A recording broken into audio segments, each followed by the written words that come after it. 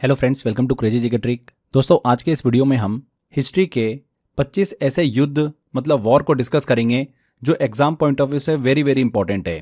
अक्सर एग्जाम के अंदर हमको क्वेश्चन देखने को मिलता है वॉर से रिलेटेड, तो आज के इस सेशन से हम वो एक नंबर एग्जाम में आने वाला पक्का करने वाले हैं। तो चलिए बिना किसी देरी के हम लेक्चर को शुरू करते हैं। पहला जो युद्ध आता है वो है हमारा दशराज युद्ध। वैदिक कालीन महायुद्ध है ये। इस युद्ध की बात करें तो ऋग्वेद काल में हुआ था, अनुमानतः लगभग 1500 से 1200 ईसा पूर्व के बीच में।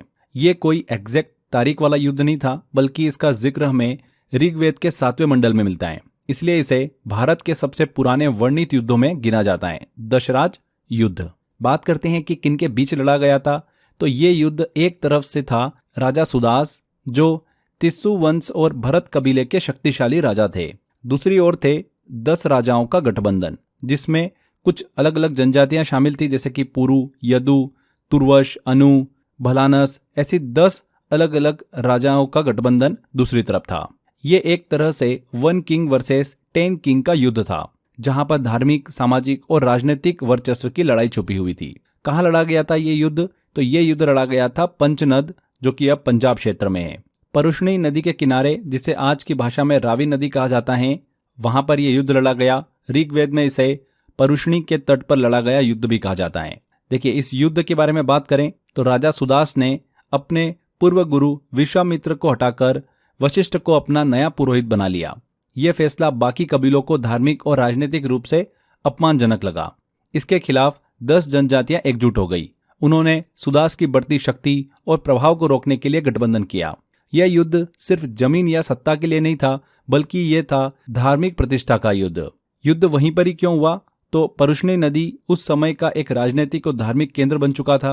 राजा सुदास इसी इलाके से आगे बढ़ रहे थे और बाकी कबीले उन्हें यहीं पर रोकना चाहते थे। इसीलिए परुष्णी नदी के तट को चुना गया। बात करते हैं कि कौन विजेता रहा। तो इस युद्ध में राजा सुदास की शानदार जीत होती है। सुदास की सेना संख्या में कम थी, लेकिन उनकी रणनीति, संगठन और नेतृत्व बहुत ही मजबूत था। ऋग्वेद में यह भी कहा गया है कि इंद्र और देवताओं का आशीर्वाद भी सुदास के पक्ष में था। 10 राजा हार गए, कुछ मारे भी गए और कुछ भाग गए। इस जीत से भरत कबीला वैदिक भारत की सबसे प्रभावशाली शक्ति बन गया था। यही भरत वंश आगे चलकर कुरु वंश और फिर पांडव कौरव वंश का आधार बना था, जिससे बाद में महाभारत की कहानी जुड़ी हुई है। ठीक है, तो ये हमने पहला युद्ध डिस्कस करा, दशराज युद्ध। आगे बढ़ते हैं, अगले युद्ध की तरफ चलते हैं, जो कि है हमारा तराइन का पहला और द्वितीय युद्ध। दोनों को साथ में डिस्कस कर लेंगे। एक ही साल का अंतर है। 1191 में तराइन का पहला युद्ध लड़ा गया था और उसके बाद अगले ही साल 1192 में तराइन का द्वितीय युद्ध लड़ा गया। तो चलिए एक एक करके दोनों को डिस्कस करते हैं। बात करते हैं सबसे पहले कि तराइन का युद्ध किन के बीच लड़ा गया था। तो दोनों युद्ध लड़े गए थे पृथ्वीराज चौहान, जो कि चौहान वंश के शासक थे और दिल्ली अजमेर के शासक भी थे, और मोहम्मद गोरी, जो कि गोरी वंश और गजनी अफगानिस्तान का शासक था।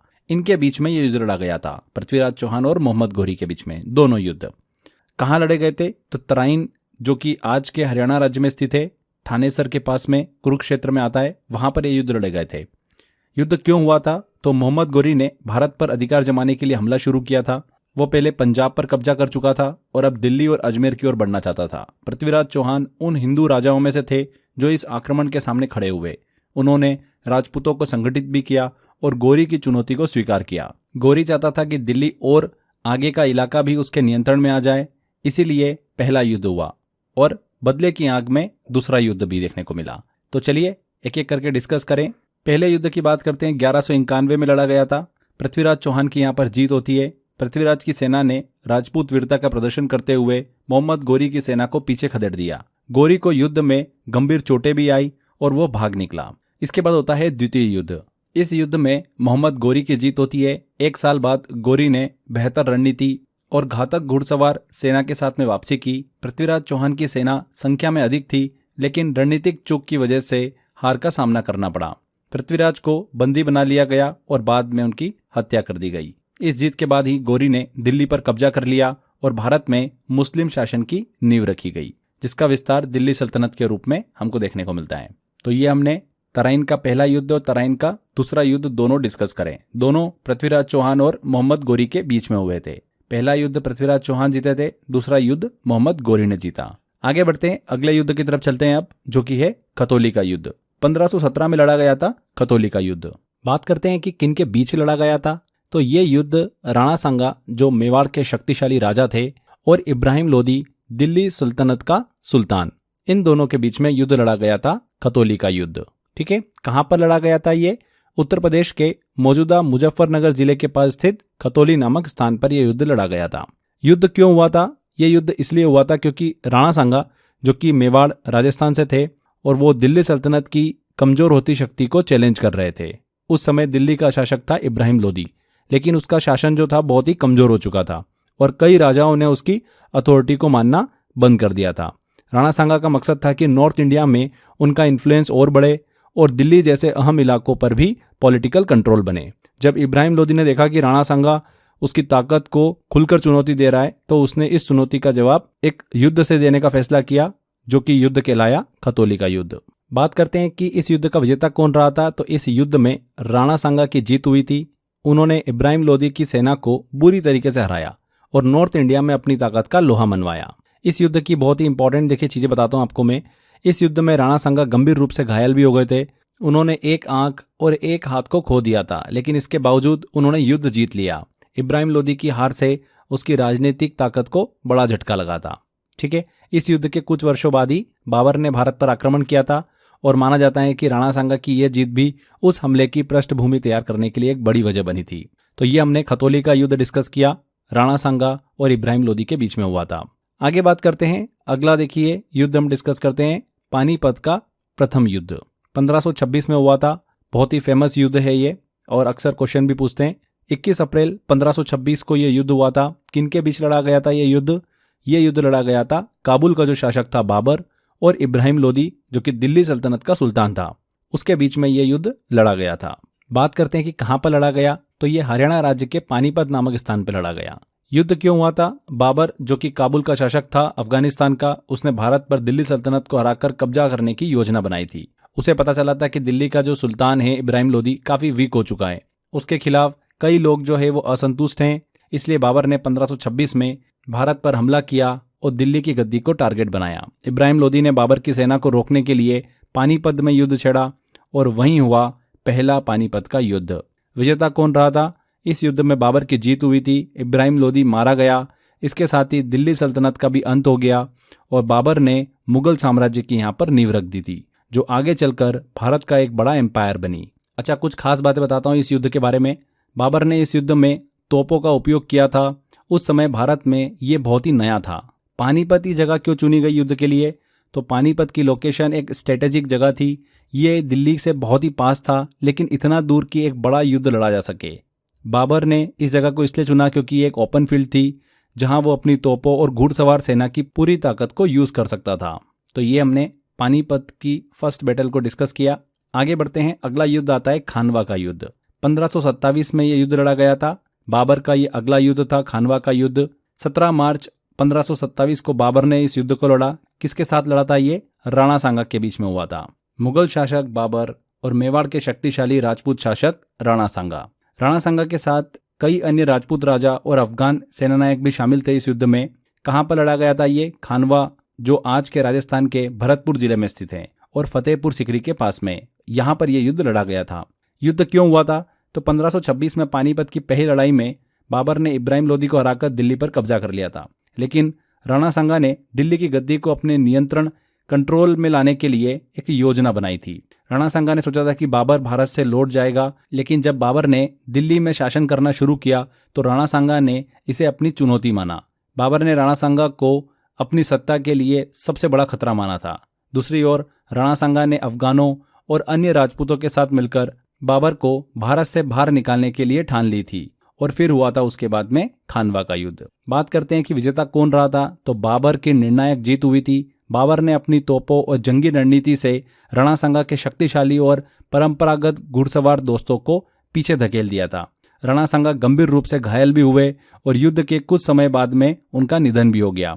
इस जीत ने बाबर को भारत में स्थायी शासक जो है वो बना दिया और मुगल साम्राज्य की पूरी तरीके से नींव रख दी गई। इस युद्ध की एक सबसे इंटरेस्टिंग बात यह है कि यह भारत का पहला ऐसा युद्ध था जहां पर तोपों और बंदूकों का निर्णायक प्रयोग किया गया था। राणा सांगा की हार ने राजपूतों की एकता को तोड़ दिया और दिल्ली का रास्ता पूरी तरीके से मुगलों के लिए खुल गया था।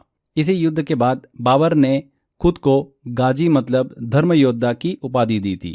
तो ये हमने खानवा का युद्ध डिस्कस किया। अब बात करते हैं चंदेरी का युद्ध।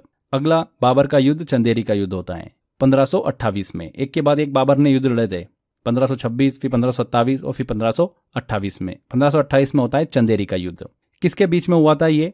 तो ये युद्ध लड़ा गया था बाबर, मुगल सम्राट और राजपूत सरदार मेदिनी राय के बीच में। चंदेरी का शासक था मेदिनी राय, इसीलिए इसे चंदेरी का युद्ध कहा गया। मेदिनी राय राणा सांगा के कट्टर समर्थकों में से एक थे। उन्होंने बाबर की सत्ता को कभी स्वीकार नहीं किया। कहां पर लड़ा गया था यह युद्ध? चंदेरी, जो आज के मध्य प्रदेश के अशोकनगर जिले में स्थित है। ये एक पहाड़ी किला था जो राजपूतों के लिए एक मजबूत किलेबंदी और प्रतीक था।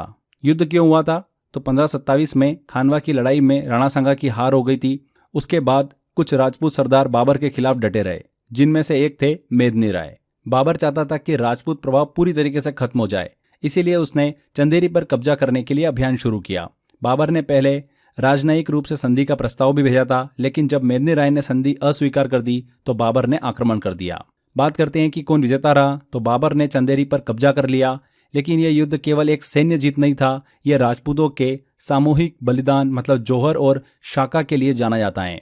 मेदिनी राय ने जब देखा कि किला टूटने वाला है तो राजपूत परंपरा के अनुसार किले की महिलाओं ने जौहर किया, यानी अग्नि में कूदकर बलिदान दिया।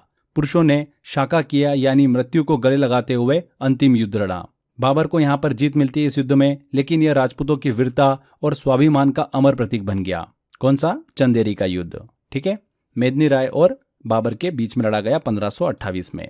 आगे बढ़ते हैं, अब अगले युद्ध की बात करते हैं, जो कि है दूसरा पानीपत का युद्ध। पहला पानीपत का युद्ध तो हमने डिस्कस कर लिया। अब बात करते हैं दूसरे पानीपत बैटल की। कब हुई थी ये? 5 नवंबर 1556 को हुई थी। किनके बीच लड़ा गया था दूसरा पानीपत का युद्ध? यह युद्ध लड़ा गया था अकबर, मुगल साम्राज्य का जो शासक था वो, और हेमू के बीच में लड़ा गया था। हेमू, जिसे हेमचंद्र विक्रमादित्य के नाम से भी जाना जाता था, इनके बीच में लड़ा गया था दूसरा पानीपत का युद्ध। कहाँ लड़ा गया था? सेम हरियाणा राज्य के पानीपत शहर के पास खुले मैदान में। यह वही स्थान था जहां पर पहला पानीपत का युद्ध जो था वो लड़ा गया था 1526 में। युद्ध क्यों हुआ था इस पे बात करते हैं। तो 1540 में मुगलों को शेरशाह सूरी ने हराकर भारत से निकाल दिया था, लेकिन 1555 में अकबर के पिता जो थे हुमायूं, उन्होंने दोबारा दिल्ली और आगरा पर कब्जा कर लिया। मगर हुमायूं की मृत्यु अचानक 1556 में हो गई। तब अकबर केवल 13 साल का था। इस कमजोर मौके का फायदा उठाकर हेमू ने दिल्ली और आगरा पर फिर से कब्जा कर लिया। हेमू एक सक्षम सेनापति था और उसने खुद को विक्रमादित्य की उपाधि देकर राजा घोषित कर दिया। अकबर के संरक्षक जो थे बैरम खां, उन्होंने फैसला किया कि हेमू की ताकत को चुनौती दी जाए, और फिर पानीपत का मैदान एक बार फिर से युद्ध भूमि बन गया और पानीपत का दूसरा युद्ध यहाँ पर लड़ा गया।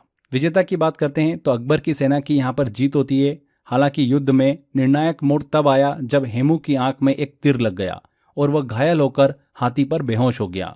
हेमू के सैनिकों ने जब देखा कि उनका नेता घायल हो गया तो उनकी सेना में भगदड़ मच गई। बैरम खां के आदेश पर हेमू को पकड़कर अकबर के सामने लाया गया और वहीं उसका सिर जो है वो काट दिया गया। इस युद्ध की कुछ खास बातों को डिस्कस करें तो यह युद्ध मुगल साम्राज्य की वापसी का एक निर्णायक मोड़ था और इसी से अकबर के लंबे शासन की नींव पड़ी थी। हेमू पहला भारतीय था जिसने बिना किसी विदेशी सहयोग के खुद को हिंदू सम्राट घोषित किया था।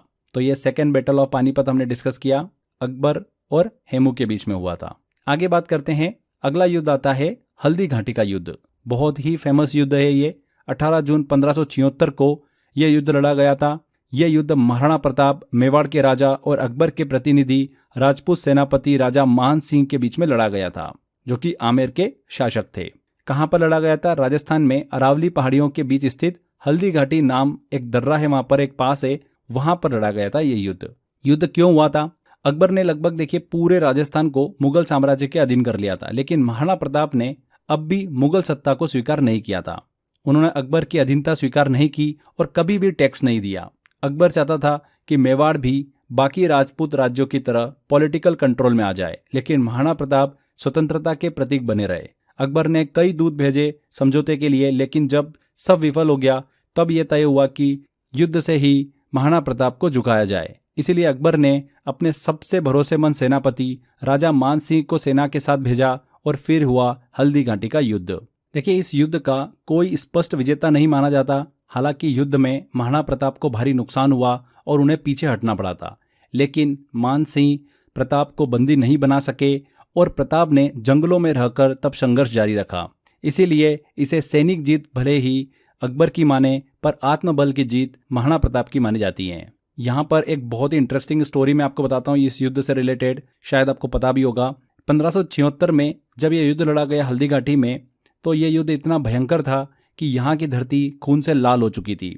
युद्ध से पहले महाराणा प्रताप ने अपने घोड़े चेतक को हाथी जैसा मुकुटा पहनाया था। सोचिए जरा, एक घोड़ा लेकिन सिर पर हाथी जैसा नकली चेहराएं।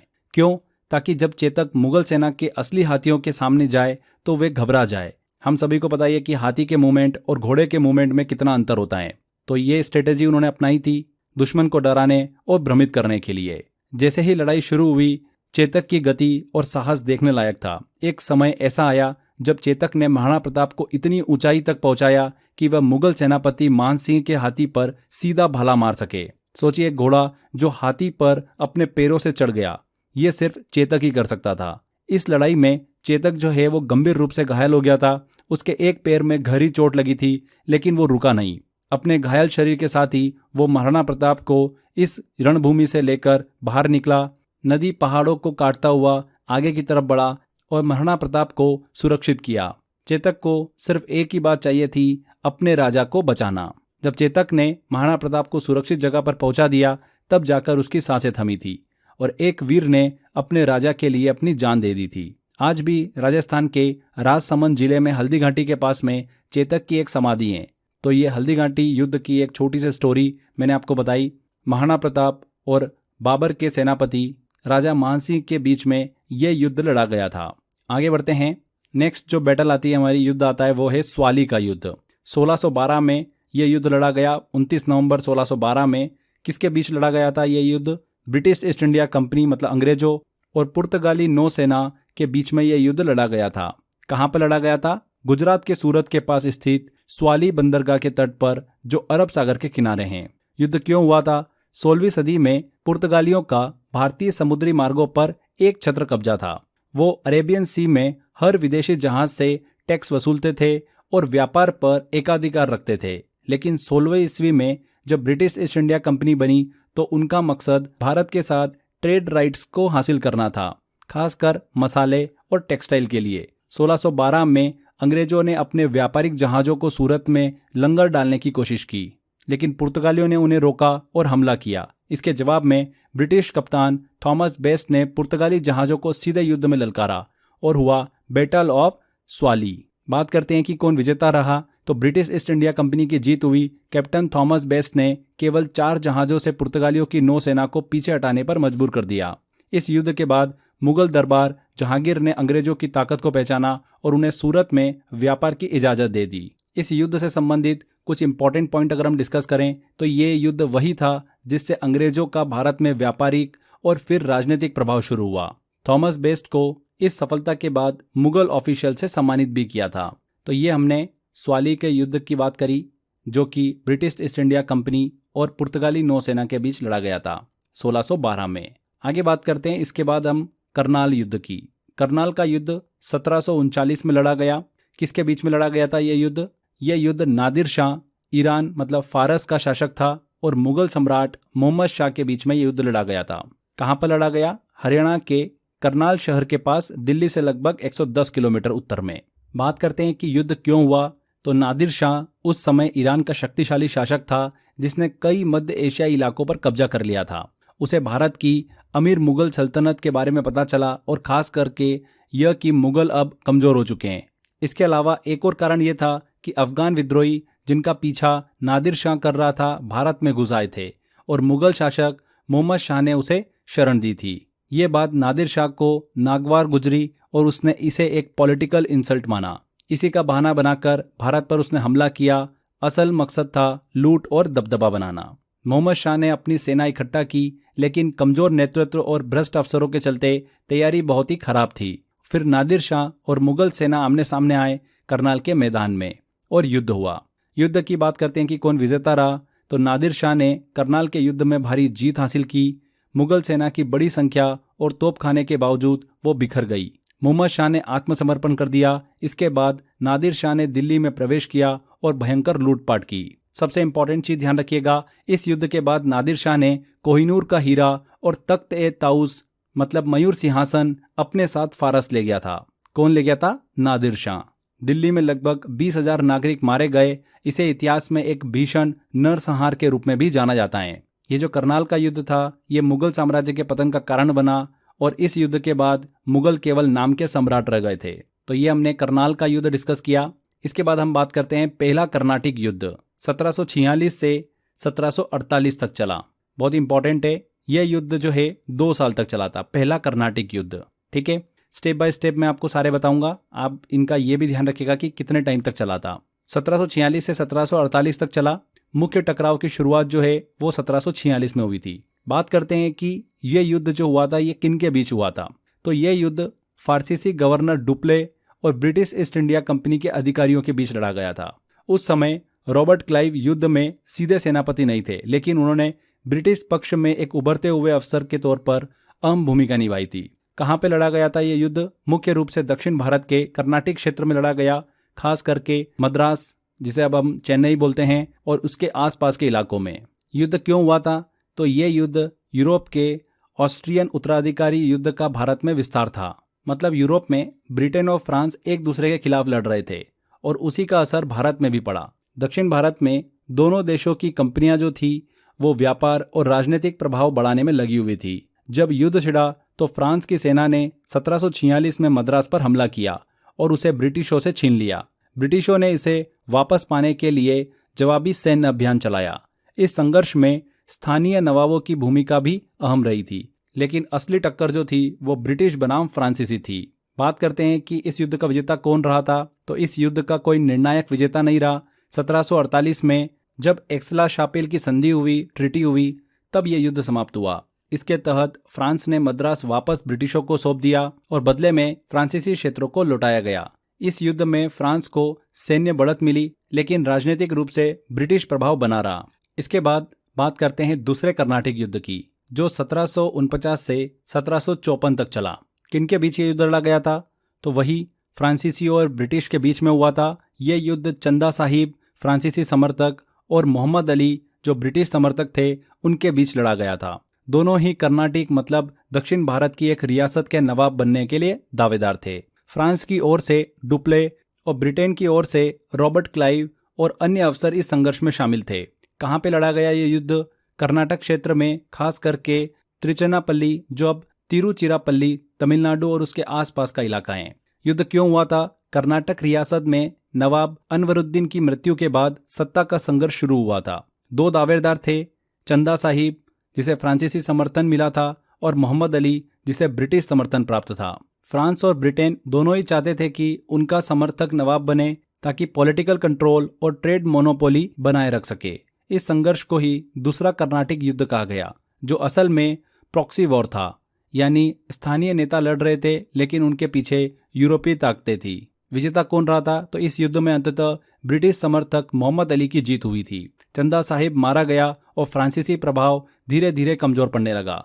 1754 में ब्रिटेन और फ्रांस के बीच में संधि हुई और डुप्ले को वापस बुला लिया गया, जो फ्रांसीसी नीति की एक बड़ी हार थी। इस युद्ध के बाद फ्रांस ने भारत में राजनीतिक महत्व खोना शुरू कर दिया था, जबकि ब्रिटेन आगे और मजबूत होता चला गया। इसके बाद हम बात करते हैं, अगला युद्ध आता, अगली बैटल आती है तीसरा कर्नाटिक युद्ध। 1756 से लेकर 1763 तक ये युद्ध चला, यानी 7 सालों तक ये युद्ध चला था। एग्जाम में ये क्वेश्चन पूछ लिया था, कितने सालों तक चला था? 7 सालों तक ये संघर्ष चला। किनके बीच लड़ा गया था ये युद्ध? ये युद्ध ब्रिटिश ईस्ट इंडिया कंपनी और फ्रेंच ईस्ट इंडिया कंपनी के बीच लड़ा गया था। भारत में यह युद्ध रॉबर्ट क्लाइव और सर आयरकूट बनाम काउंट डी लेली और बुस्सी के नेतृत्व में लड़ा गया, ब्रिटिश बनाम फ्रेंच। कहाँ पे लड़ा गया था ये युद्ध? मुख्य रूप से दक्षिण भारत में, खास करके कर्नाटिक क्षेत्र वांडी वॉश में और पौंडीचेरी में यह युद्ध लड़ा गया। यह युद्ध क्यों लड़ा गया था? यह युद्ध असल में यूरोप के 7 ईयर वॉर का एक हिस्सा था। यूरोप में ब्रिटेन और फ्रांस एक बार फिर आमने सामने थे। उसका असर उनके उपनिवेशिक इलाकों, खास करके भारत में भी देखने को मिला। भारत में दोनों ताकतें चाहती थी कि व्यापारिक और सामरिक केंद्रों पर कंप्लीट कंट्रोल हो, स्थानीय नवाबों और राजा महाराजाओं को अपने पक्ष में करके पॉलिटिकल डोमिनेंस बनाया जाए। पहले और दूसरे कर्नाटिक युद्ध में फ्रांस की स्थिति कमजोर हो चुकी थी। अब यह तीसरा और अंतिम युद्ध था जिसमें तय होना था कि भारत पर किस यूरोपीय ताकत का वर्चस्व रहेगा।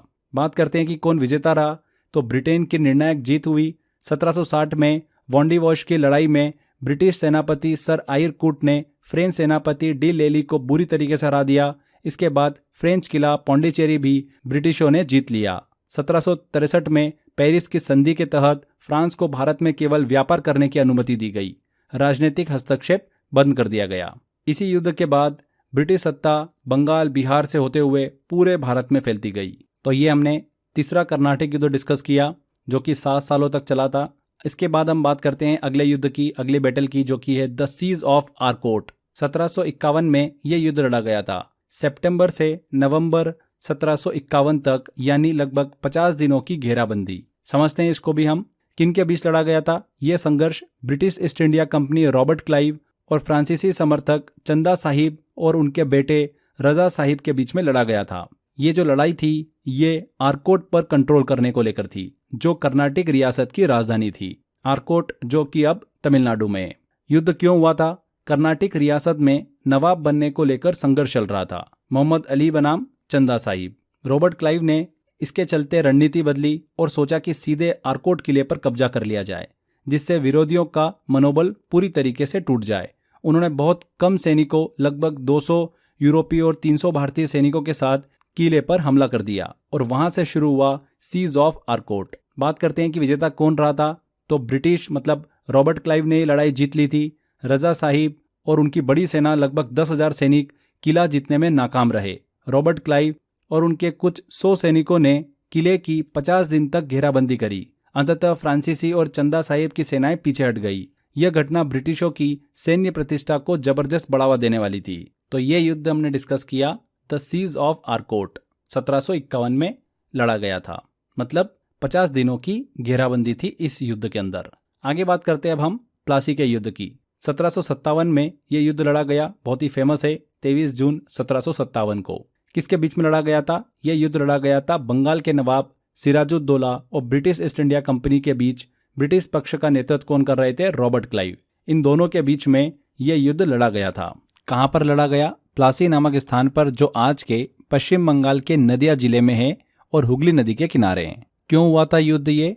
तो सिराजुद्दौला ने, जो कि बंगाल के नवाब थे, अंग्रेजों को चेतावनी दी थी कि वे कलकत्ता में किला न बनाए, हथियार जमा न करे, लेकिन अंग्रेजों ने उनकी अनदेखी की। तब सिराजुद्दौला ने 1756 में जो कलकत्ता में किला था फोर्ट विलियम, उस पर कब्जा कर लिया। यहाँ पर ब्लैक हॉल ऑफ कलकत्ता की घटना हमको देखने को मिलती है, जिसे अंग्रेजों ने बहुत प्रचारित किया। आगे चलकर होता यह है कि रॉबर्ट क्लाइव ने कलकत्ता वापस ले लिया। अब सिराजुद्दौला को सबक सिखाने की योजना बनाई गई।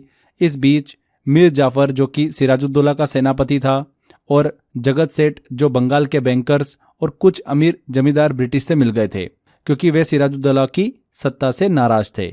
इस तरीके से एक गुप्त गठजोड़ देखने को मिलता है और फिर हुआ प्लासी का युद्ध। प्लासी का युद्ध कौन विजेता रहा था? तो ब्रिटिश ईस्ट इंडिया कंपनी की जीत हुई थी। हालांकि सिराजुद्दौला की सेना संख्या में बहुत ज़्यादा थी, लगभग 50,000, लेकिन मीर जाफर और जो अन्य गद्दार थे उन्होंने युद्ध के दौरान अपनी सेना पीछे रोक ली। सिराजुद्दौला भागने की कोशिश में पकड़ा गया और मारा गया। रॉबर्ट क्लाइव ने क्या करा? मीर जाफर को बंगाल का नवाब बना दिया और ब्रिटिशों का नियंत्रण यहाँ से शुरू हो गया। ये बहुत इंटरेस्टिंग चीज़ है इस देखिए युद्ध से रिलेटेड कि युद्ध केवल एक दिन चला, लेकिन इसका असर 200 साल के ब्रिटिश हुकूमत में बदल गया।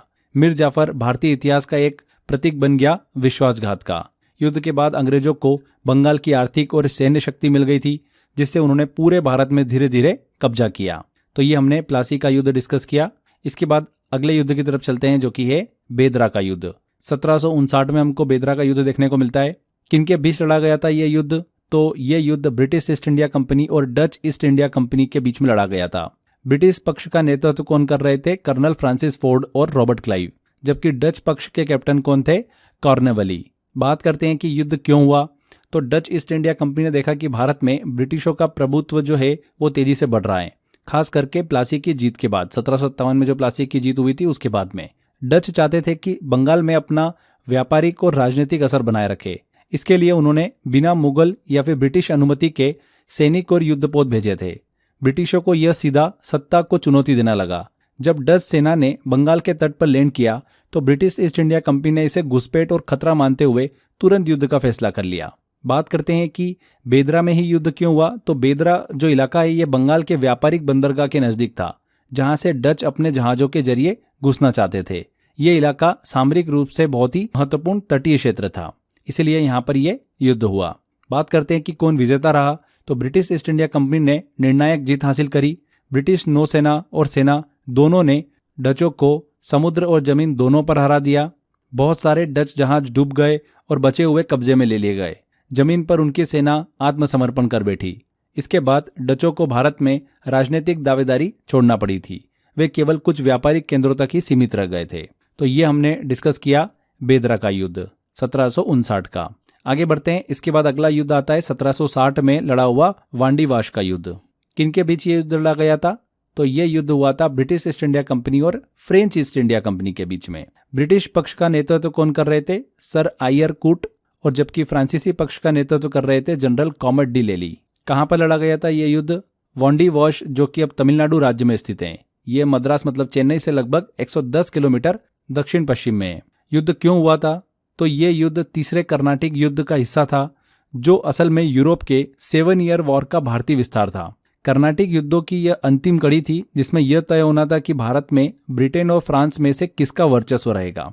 फ्रांसीसी और अंग्रेज दोनों भारत में राजनीतिक और व्यापारिक वर्चस्व चाहते थे। बेसिकली पहले और दूसरे कर्नाटिक युद्ध में फ्रांस ने अच्छा प्रदर्शन किया था, लेकिन अब ब्रिटिशों ने बंगाल में प्लासी की जीत के बाद में ताकत हासिल कर ली थी। फ्रांस चाहता था कि वो दक्षिण भारत में अपनी स्थिति फिर से मजबूत करे, जिसके चलते हमको वांडीवाश का युद्ध देखने को मिलता है।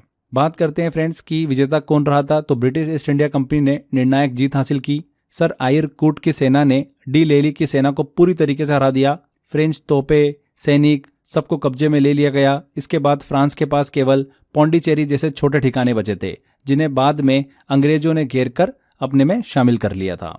तो ये हमने वांडीवाश का युद्ध डिस्कस किया। इससे रिलेटेड एग्जाम के अंदर क्वेश्चन पूछा गया था। चलिए नेक्स्ट बैटल है थर्ड बैटल ऑफ पानीपत। तीसरा पानीपत का युद्ध 1761 में हुआ। बात करते हैं कि किनके बीच लड़ा गया था ये युद्ध।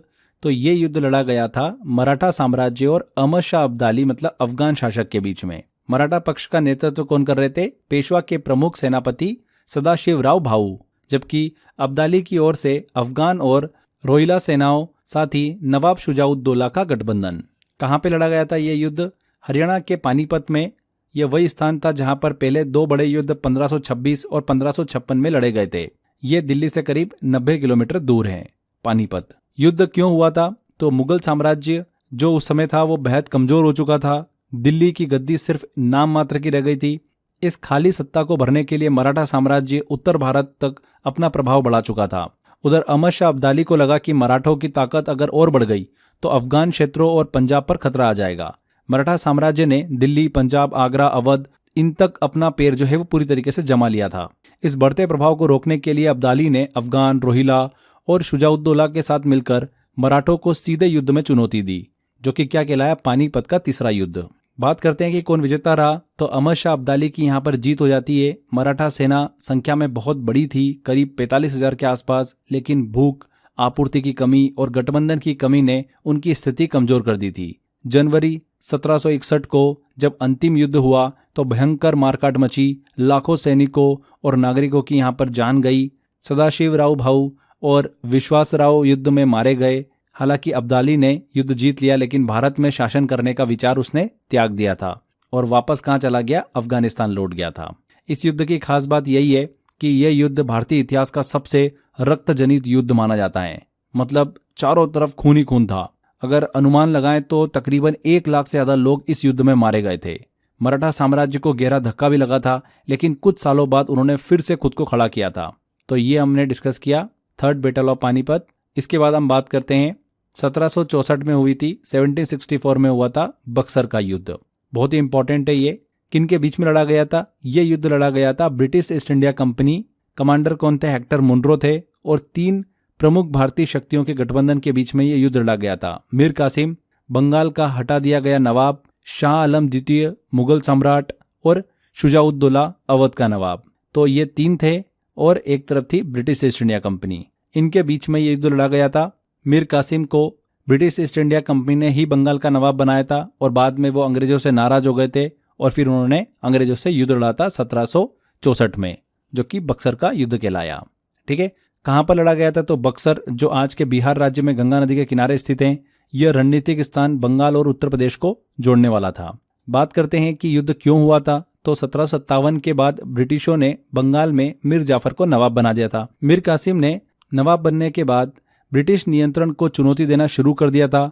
उसने स्वतंत्र शासन चलाने, ब्रिटिश व्यापारियों के टैक्स छूट को खत्म करने जैसे कदम उठाए थे, जिसके चलते ब्रिटिशों ने नाराज होकर मीर कासिम को गद्दी से हटा दिया। तब मीर कासिम ने शाह आलम द्वितीय और शुजाउद्दौला से मिलकर ब्रिटिशों के खिलाफ एक सैन्य गठबंधन बनाया। यही बना बक्सर युद्ध का कारण, एक ऐसा युद्ध जिसमें भारतीय शक्तियां एकजुट थी। तो बक्सर का युद्ध हमको देखने को मिलता है 1764 में, 1764 में।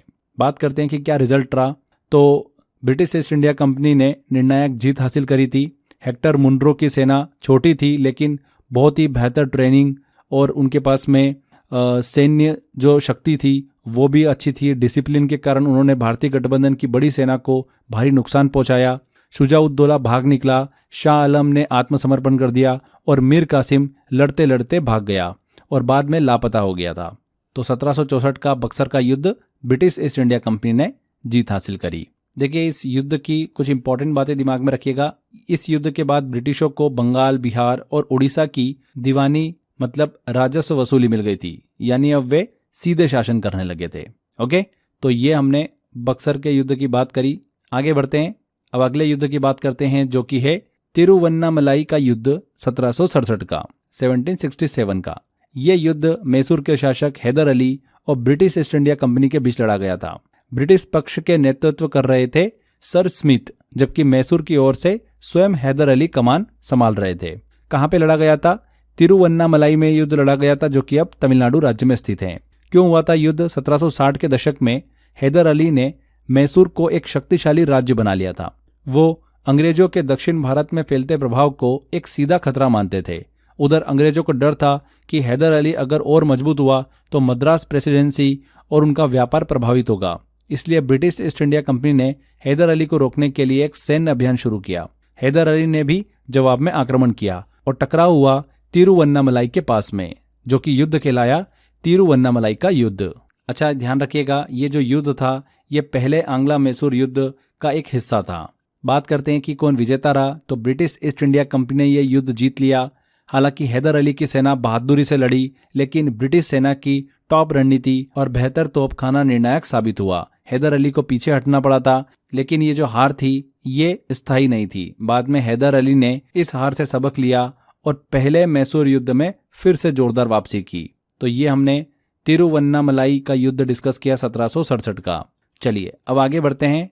अब बात करते हैं पहले आंग्ला मराठा युद्ध की। 1775 से 1782 तक हुआ ये युद्ध, यानी लगभग तकरीबन 7 साल चला। पहला आंग्ला मराठा युद्ध किनके बीच हुआ था? तो यह युद्ध लड़ा गया था ब्रिटिश ईस्ट इंडिया कंपनी और मराठा साम्राज्य के बीच में। ब्रिटिश पक्ष का नेतृत्व कौन कर रहे थे? गवर्नर वॉरेन हेस्टिंग और अन्य सैन्य अफसर, जबकि मराठा पक्ष में माधवराव द्वितीय, महादजी शिंदे, नाना फडणवीस जैसे नेता शामिल थे। कहाँ पे लड़ा गया था ये युद्ध लड़ा गया था गुजरात, महाराष्ट्र और उत्तर प्रदेश के कुछ हिस्से में। सबसे प्रमुख लड़ाई वडगांव और पुणे के पास लड़ी गई थी। क्यों हुआ था युद्ध ये? तो 1772 में पेशवा माधवराव प्रथम की मृत्यु हो गई थी, जिसके बाद मराठा साम्राज्य में सत्ता संघर्ष शुरू हो गया था। एक पक्ष था रघुनाथ राव, जिसने पेशवा बनने की कोशिश की। दूसरा पक्ष था बालाजी माधवराव द्वितीय, जो नाबालिग थे, लेकिन उन्हें नाना फडणवीस और शिंदे गुट का समर्थन था। रघुनाथ राव ने ब्रिटिश ईस्ट इंडिया कंपनी से मदद मांगी। इसके बदले उन्होंने सालबाई संधि से पहले ब्रिटिशों को व्यापार और इलाकों में कई लाभ देने का वादा भी किया। इस चीज ने मराठों और अंग्रेजों के बीच सीधा टकराव पैदा कर दिया और शुरू हुआ पहला आंग्ला मराठा युद्ध। बात करते हैं कि कौन विजेता रहा। तो इस युद्ध में निर्णायक जीत मराठों की रही। 1779 में वडगांव की लड़ाई में मराठों ने अंग्रेजों को बुरी तरीके से हराया। ब्रिटिश सेना ने आत्मसमर्पण किया और तब हुई वडगांव की संधि के तहत उन्हें अपना अधिकतर लाभ जो है वो छोड़ना पड़ा। हालांकि बाद में ब्रिटिशों ने संधि को मानने से इनकार भी कर दिया था। फिर भी युद्ध लंबा खींचा और अंततः 1782 में सालबाई संधि के साथ में ये युद्ध खत्म हुआ था। कौन सी? सालबाई संधि। ये जो संधि हुई थी ये पहले एंग्लो मराठा युद्ध को समाप्त करने के लिए की गई थी। इस संधि के तहत ब्रिटिशों ने रघुनाथ राव को समर्थन देना बंद किया। ब्रिटिशों को मराठों ने कुछ क्षेत्रों पर नियंत्रण बनाए रखने दिया, जैसे कि सॉल्सेट द्वीप। ब्रिटिशों और मराठों के बीच 20 साल की शांति का ये समझौता हुआ था। तो ये पहला एंग्लो मराठा युद्ध हमने डिस्कस किया। इसके बाद हम बात करते हैं दूसरे एंग्लो मराठा युद्ध की। 1803 से लेकर चलता है 1805 तक। किनके बीच लड़ा गया था यह युद्ध? यह युद्ध लड़ा गया था ब्रिटिश ईस्ट इंडिया कंपनी और मराठा साम्राज्य की 3 प्रमुख गुटों के बीच। सिंधिया वंश महाराष्ट्र और मध्य भारत में प्रभाव था इनका। दूसरा गुट था भोसले पूर्वी भारत का और तीसरा गुट था होलकर वंश जो बाद में इसमें शामिल हुआ। ब्रिटिश पक्ष का नेतृत्व कर रहे थे लॉर्ड वेलेस्ली और उनके भाई आर्थर वेलेस्ली। युद्ध क्यों हुआ था? तो पहला एंग्लो मराठा युद्ध 1782 में खत्म हुआ था। उसके बाद मराठा साम्राज्य भीतर से टूटने लगा था। 1802 में होलकरों ने पुणे पर हमला किया और पेशवा बाजीराव द्वितीय को भगा दिया। भयभीत पेशवा ने ब्रिटिश ईस्ट इंडिया कंपनी से मदद मांगी और बसेन की संधि पर हस्ताक्षर किए। इस संधि के अनुसार पेशवा ने ब्रिटिश सुरक्षा स्वीकार की। ब्रिटिश सेना को मराठा क्षेत्र में रखने की अनुमति दी। इसके बाकी मराठा सरदार जैसे कि सिंधिया, भोंसले, होलकर ये भड़क गए और इसे मराठा स्वतंत्रता पर हमला माना। फिर हुआ सीधा युद्ध जो कि ब्रिटिश बनाम मराठा शक्ति के नाम से जाना गया, जो कि था सेकेंड एंग्लो मराठा युद्ध। बात करते हैं कि विजेता कौन रहा। तो ब्रिटिश ईस्ट इंडिया कंपनी ने निर्णायक यहाँ पर जीत हासिल करी। दिल्ली आगरा पर कब्जा कर लिया। इसी के साथ ही नागपुर के भोसले गुट और ग्वालियर के सिंधिया गुट को संधि करने पर मजबूर कर दिया गया। होलकरों ने अंत में युद्ध जारी रखा, लेकिन 1805 में उन्हें भी शांति समझौता करना पड़ा। मराठा साम्राज्य की सामूहिक सैन्य शक्ति टूट गई और अब वे अलग अलग रियासतों में बढ़ चुके थे। तो इस तरीके से युद्ध खत्म होता है और ब्रिटिश ईस्ट इंडिया कंपनी की निर्णायक जीत होती है। इस युद्ध की एक सबसे इंपॉर्टेंट चीज डिस्कस करें तो बसेन की संधि हमको देखने को मिलती है। इस युद्ध की सीधी वजह बनी, इसे मराठा जो थे वो गद्दारी मानते थे। इसके बाद आगे बढ़ते हैं, अगला युद्ध डिस्कस करते हैं जो कि है तीसरा एंग्लो मराठा युद्ध। 1817 से लेकर 1819 तक चला ये युद्ध। बात करते हैं कि किनके बीच में लड़ा गया था। तो ये युद्ध लड़ा गया था ब्रिटिश ईस्ट इंडिया कंपनी और मराठा साम्राज्य के 4 प्रमुख शक्तियों के बीच में, पेशवा बाजीराव द्वितीय, शिंदे, होलकर और भोंसले।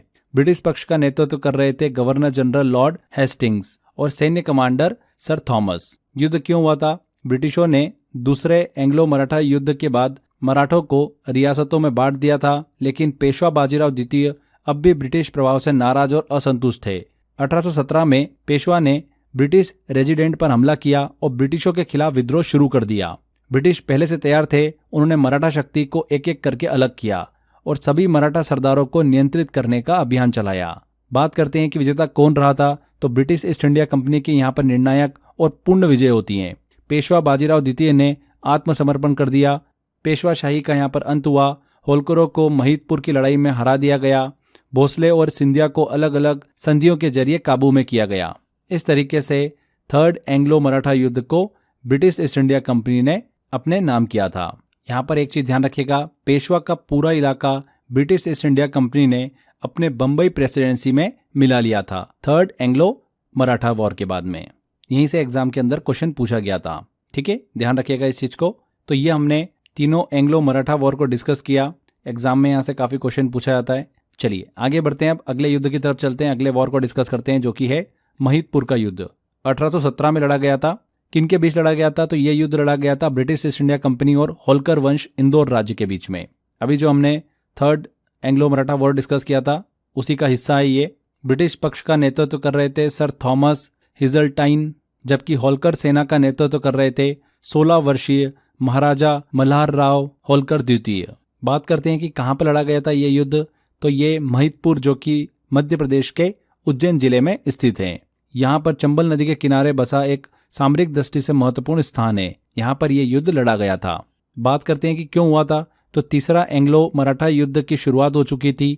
ब्रिटिशों ने पहले पेशवा को हराया, अब बारी थी अन्य मराठा सरदारों को काबू करने की। होलकर वंश जो कि इंदौर पर शासन करता था, उन्होंने ब्रिटिशों के खिलाफ विद्रोह किया था। वे ब्रिटिश वर्चस्व को नहीं मानते थे और मराठा एकता की पुनर्स्थापना चाहते थे। ब्रिटिश सेना ने इसे खतरा माना और सीधे हमला किया, जिसका निर्णायक मोर्चा बना महिदपुर का मैदान। बात करते हैं कि कौन विजेता रहा था, तो ब्रिटिश ईस्ट इंडिया कंपनी की निर्णायक जीत हुई थी। होलकर सेना में आंतरिक विश्वासघात हुआ। उनके तोपखाना प्रमुख गोविंद पंत बुंदे ने युद्ध के बीच में साथ छोड़ दिया। इससे होलकर सेना में भ्रम और टूटन फैल गई और ब्रिटिश सेना ने मैदान में बढ़त लेकर उन्हें पूरी तरीके से हरा दिया। युद्ध के बाद राजपुरा घाट की संधि हुई थी, जिसमें होलकरों को ब्रिटिश अधीनता स्वीकार करनी पड़ी थी। ध्यान रखिएगा, राजपुरा घाट की संधि के तहत होलकर राज्य एक ब्रिटिश संरक्षित रियासत बन गया।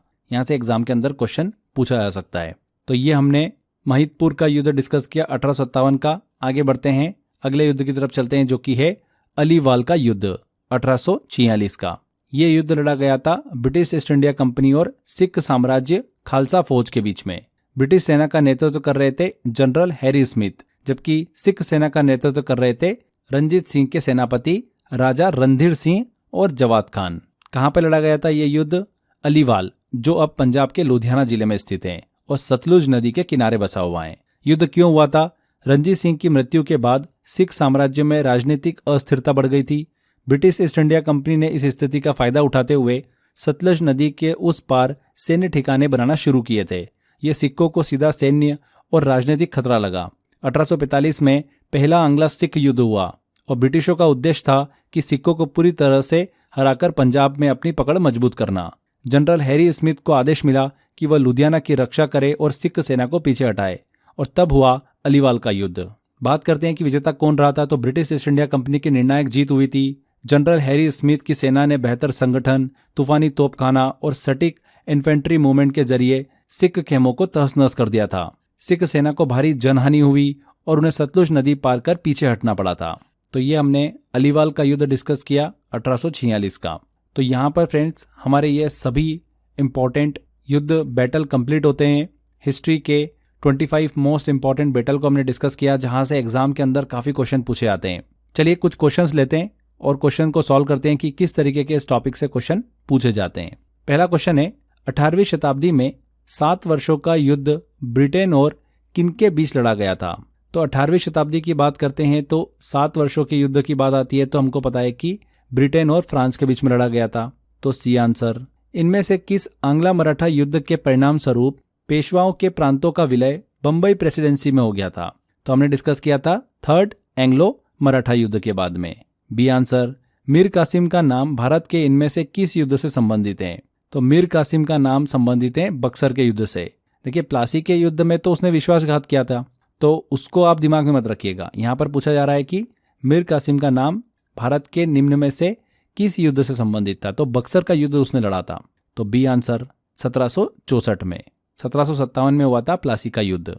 अगला क्वेश्चन लेते हैं, करनाल का युद्ध भारत के विरुद्ध निम्नलिखित में से किस आक्रमणकारी के आक्रमण के लिए जाना जाता है? तो नादिर शाह के। A answer. पानीपत के तृतीय युद्ध के दौरान मुगल सम्राट कौन था? ये काफी अच्छा क्वेश्चन है। तो पानीपत के तृतीय युद्ध के दौरान मुगल सम्राट था शाह आलम द्वितीय। B answer. खतौली का युद्ध 1517 में राणा सांगा के अधीन मेवाड़ राज्य और किसके बीच में हुआ था? किसके बीच में हुआ था? सुल्तान इब्राहिम लोदी के बीच में। और इस युद्ध में इब्राहिम लोदी को राणा सांगा ने हरा दिया था। नेक्स्ट क्वेश्चन है, स्वाली का युद्ध 1612 में अंग्रेजों ने किसके खिलाफ युद्ध लड़ा था? तो पुर्तगाली के खिलाफ युद्ध लड़ा था स्वाली का युद्ध। B answer. बेदरा का युद्ध ब्रिटिश सेना और डच सेना के बीच कब लड़ा गया था? बेदरा का युद्ध हुआ था 1759 में। तो बी आंसर। तो यहाँ पर देखिए इस तरीके से क्वेश्चंस हमको एग्जाम के अंदर देखने को मिलते हैं। ये कुछ लेटेस्ट क्वेश्चन मैंने लिए। अक्सर हिस्ट्री की बैटल से रिलेटेड हमको क्वेश्चंस देखने को मिलते हैं एग्जाम के अंदर। तो अब आपका क्वेश्चन एग्जाम में गलत बिल्कुल भी नहीं होगा, बस अच्छे से आपने वीडियो देख लिया है। टेस्ट वाले सेक्शन में मैंने टेस्ट दे रखा है, आप उस टेस्ट की अच्छे से प्रैक्टिस कर लीजिएगा। आज के इस सेशन में इतना ही फ्रेंड्स, अच्छे से मेहनत करते रहिए, 100% आपको सफलता मिलेगी। Thank you.